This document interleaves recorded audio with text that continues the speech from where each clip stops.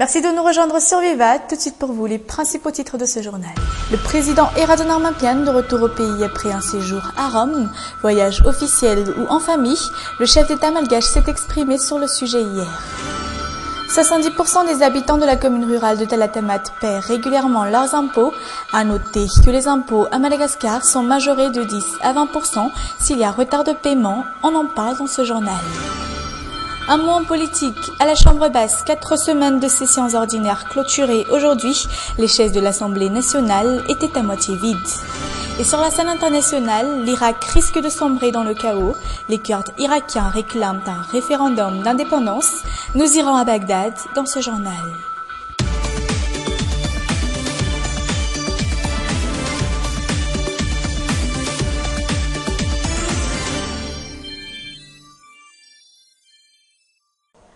Voilà pour les principaux titres. Bonsoir à tous et également bienvenue dans cette nouvelle édition de Viva Événement.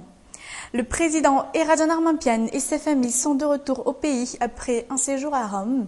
Un déplacement ayant semé le doute dans tous les esprits. Était-ce un voyage officiel ou en famille? Le chef d'État malgache s'est exprimé sur le sujet hier sur le micro d'Yves Janel. De retour au pays, le président de la République émane son avis sur ce voyage polémique. Le chef de l'État était un peu plus sévère envers les journalistes hier. Ne s'émet pas le doute dans les esprits du peuple. Le peuple est déjà prêt à aller de l'avant, à tourner la page. Alors, ce ne sera pas vous, les journalistes, qui freineront cette initiative du peuple malgache. Le président de la République était vu frustré par les dernières informations de la presse malgache concernant ce voyage à Rome. Il a fortement réitéré que la tolérance a des limites.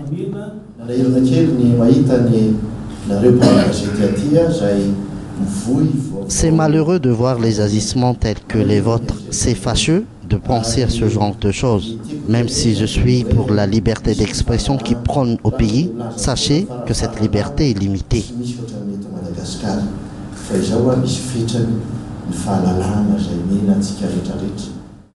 Alors, officiel ou familial, Eradjon Armampian a précisé que ce fut un déplacement officiel sur invitation officielle du pape François. Alors la question se pose, qui a financé les frais de déplacement de la famille Eradjon Armampian?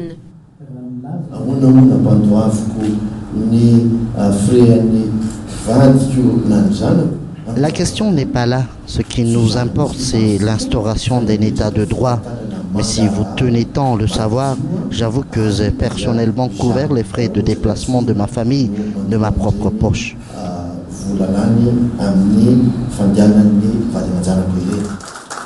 Les multitudes de questions posées au chef de l'État visaient la vérité vraie, ce dernier qui était austère à l'instar des journalistes. Mais sont-ils vraiment les seuls à blâmer? La faute n'appartient-elle pas aussi à la communication de la présidence? Là se pose la question. Mais l'éminent journaliste Jeannot Ramambaza vient de sortir aujourd'hui son livre intitulé « Les 100 jours d'un homme de pouvoir », un ouvrage narrant l'historique des 100 jours pendant lesquels Eradjon Armampian était au pouvoir. Ce livre sera disponible à compter d'aujourd'hui dans toutes vos librairies habituelles. Les 4 semaines de session ordinaire de la Chambre basse ont été clôturées aujourd'hui. 4 semaines au bout desquelles la mouvance Ravalmanen réclame toujours des finalités concernant le retour de Marc Ravalmanen en terre malgache. Aris Ariel. Clôture des sessions ordinaires à la Chambre basse aujourd'hui. L'assistance était réduite à la minorité des sessions ayant connu des hauts et des bas au cours desquels des sujets déshonorants étaient mis sur table. Raison de quoi le président de l'Assemblée nationale Jean-Marc Sakutmamundi a fait appel au Bianco.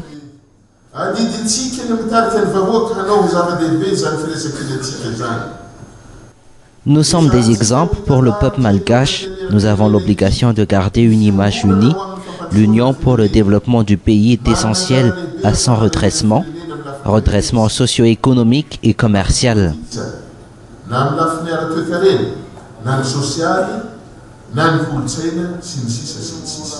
La situation à Timbazaz est encore aléatoire. La mouvance Ravalmanen menace de se retourner contre le pouvoir s'il n'y a pas d'évolution concernant le retour de Marc Ravalmanen en terre malgache.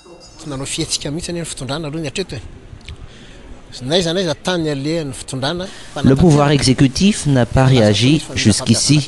N'importe où dans tout Madagascar, ils ont tout le temps parlé de réconciliation nationale, mais n'ont jamais réagi en conséquence, ce qui ne nous satisfait pas. Nous n'avons pas besoin des Américains pour ça. On peut tout à fait faire ça entre Malgaches. En ce qui concerne les affaires internes de la Chambre basse, le MAPAR est inassouvi. La loi y était trop souvent méprisée.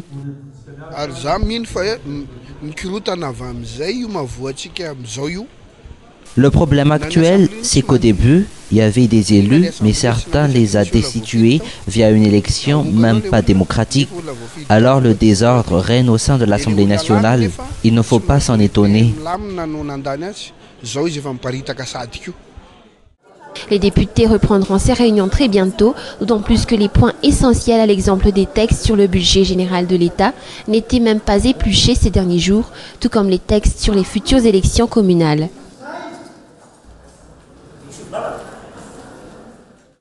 Fin de ce chapitre politique, mais 70% des habitants de la commune rurale de Talatamat paient régulièrement leurs impôts, un taux éminent résultant de diverses sensibilisations faites au préalable. À noter que les impôts sont majorés de 10 à 20% à Madagascar s'il y a retard de paiement. Anna Muriel.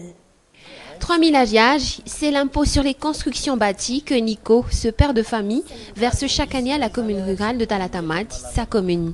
Il a commencé à bâtir sa maison l'année 2004 et a suivi toutes les procédures fiscales relatives à la construction et à l'habitat, l'impôt sur le foncier et les constructions bâties ou IFPB, qui constitue la majeure partie des recettes fiscales de la commune.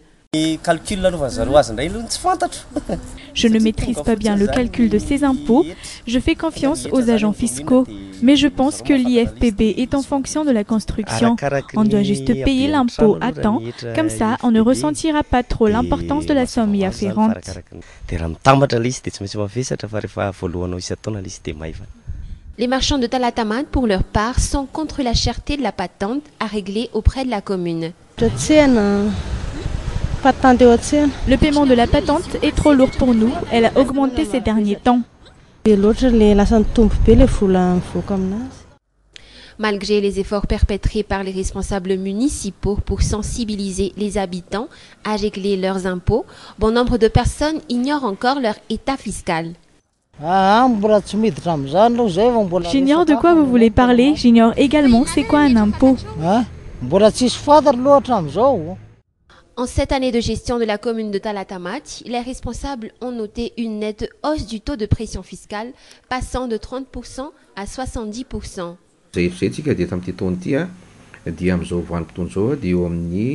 Cette année, on a noté que 50% des recettes de la commune sont constituées par les recettes fiscales. Quelquefois, on arrive à atteindre un taux de pression fiscale à hauteur de 70%.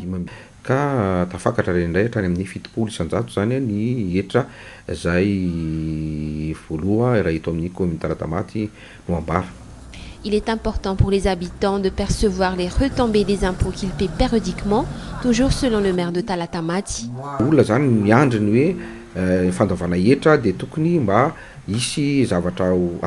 Les imposables attendent des retombées positives suite aux impôts qu'ils paient.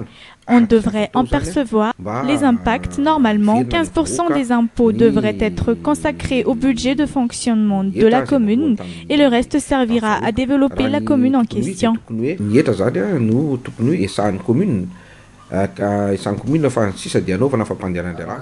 Une prévision à hauteur de 293 millions d'AGIAGE a été dressée en 2013.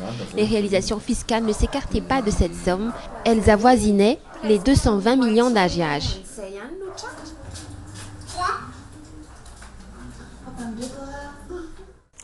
Commerce international. Madagascar en a-t-il vraiment besoin, étant donné que la balance commerciale du pays est aujourd'hui plus ou moins aléatoire?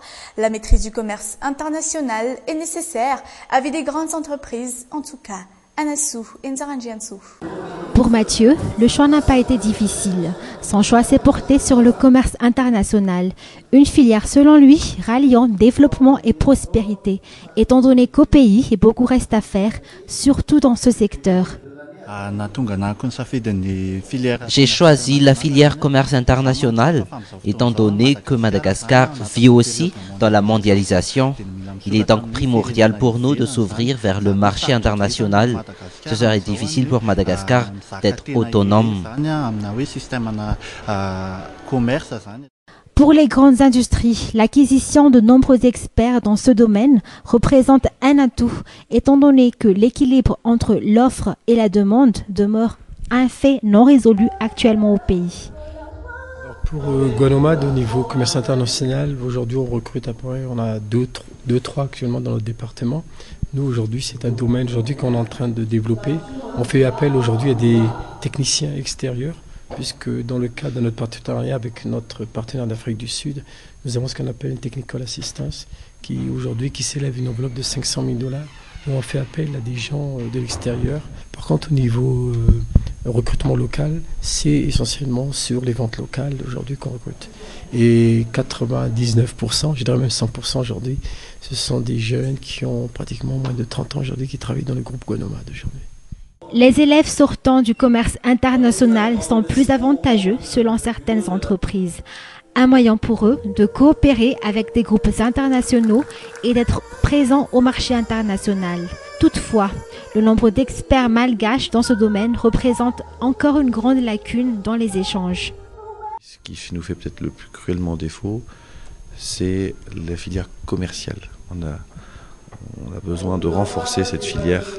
Ici à Madagascar, on embauche environ 200 personnes par an, dont 50 de la filière commerciale et commerce international. Un petit peu comme Guanomad, si vous voulez, on est dans les technologies de l'information, donc les technologies évoluent. On passe du 2G, 3G, 4G, bientôt 5G qu'on annonce. Et donc il est normal que dans le cadre de ces nouvelles technologies, on fasse appel à des experts. Réduction de la pauvreté et relève du pays à court terme demeure encore un défi pour le pays. Pour les jeunes tels que Mathieu, la prochaine étape, une des plus importantes, reste le travail. Une étape qui, pour ces jeunes, œuvre dans le redressement économique du pays. Cette édition de Viva Événement d'aujourd'hui touche à sa fin. Merci à tous de votre attention. Merci de l'avoir suivi jusqu'au bout. Prochain rendez-vous, comme d'habitude, demain à la même heure. En attendant, excellente soirée en compagnie de Viva. Au revoir.